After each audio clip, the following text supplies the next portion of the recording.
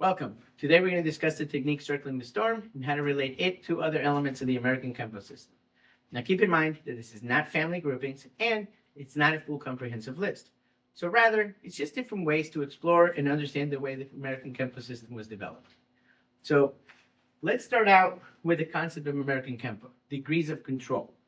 So if you think about it, we have a spectrum. On one end of the spectrum, we have no control. This could be because we have no environmental awareness, or we're literally limited to what we can do to respond. The other end of the spectrum would be some type of control. So this is where our video is going to focus on. So let's start with the least amount of control, which would be something like checking the storm. If you notice, what we're doing is we are diverting ourselves away from the weapon. But how is this creating control? Well, because we are limiting their available targets to the opponent. We're covering up zones, we're evading, we're diverting, and then immediately countering so we can start controlling the opponent. But notice that this is done to the inside of the right. So can we do it to the outside of the right? Well, this would bring in evading the storm, where we're doing the same exact thing. We're diverting away from the weapon, covering up zones so that they're limited on what they can hit before we start countering the opponent. So just like we can divert ourselves, we could also divert the opponent. So let's look at something like our technique, circling the storm, which is exactly what we're doing. We're diverting their weapon. So rather than moving us, we're moving them, and then continuing that counter to start getting the control before we start to zone behind them. So now, if you notice, we've been diverting ourselves or the weapon, but we can go to a higher degree where we would be controlling the weapon, or in other words, stopping the weapon from getting to us. This would bring in something like obstructing the storm, where if you notice, the idea is to attack the weapon so that we can manipulate our opponent before we can counter.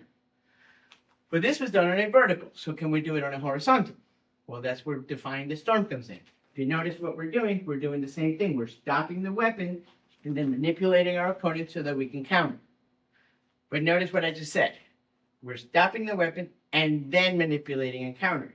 So we have economy of motion. Can we eliminate the and then? Can we do them both together? Well, this would bring in something like calming the storm or even securing the storm, where we're blocking and stopping the weapon, but immediately doing our counter. But again, this is done on a horizontal. So can we move it back to that vertical? Well, absolutely. That's where brushing the storm or even escape from the storm come in, where we're, again, dealing with the weapon as we're doing our counter. But let's move this into another end of the spectrum. So in this case, something like clipping the storm, where if you notice what we're doing here is we're stripping the weapon. So why is this unique? Well, because if you notice, he no longer has control of the weapon, but neither do we. And in this case, now we can do our counter without them holding onto that weapon. But keep in mind that we talk in a lot of our videos, once the weapon is loose, you have to be aware of it because of environment. Someone else could be picking up the weapon. But let's move this on to a further degree, something like capturing the storm, where if you notice what we're doing is now we're controlling the weapon while they're still holding the weapon, meaning that I decide where this weapon goes because I have control of it.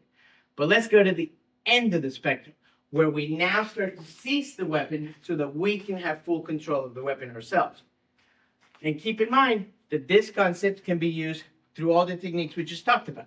So if we look at something like defying the storm again, we can again get to this place and now seize the weapon so that we can do our counter with the weapon. This is demonstrated in defying the rock. But again, that was on a horizontal. So can we do this on a vertical? Well, absolutely.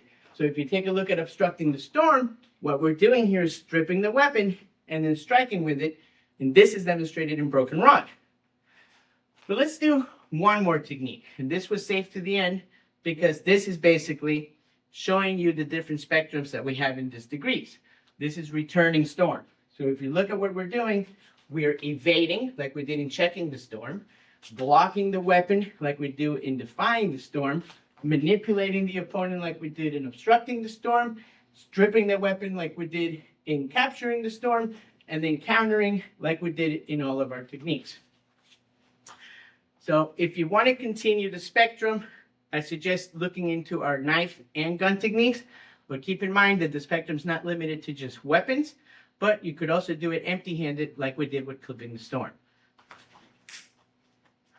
So the way we just related circling the storm to other elements of the American Kenpo system was through the degrees of control, specifically through the opponent and the weapon. We hope this video helps you understand the American Kenpo system a little bit better. Thank you very much.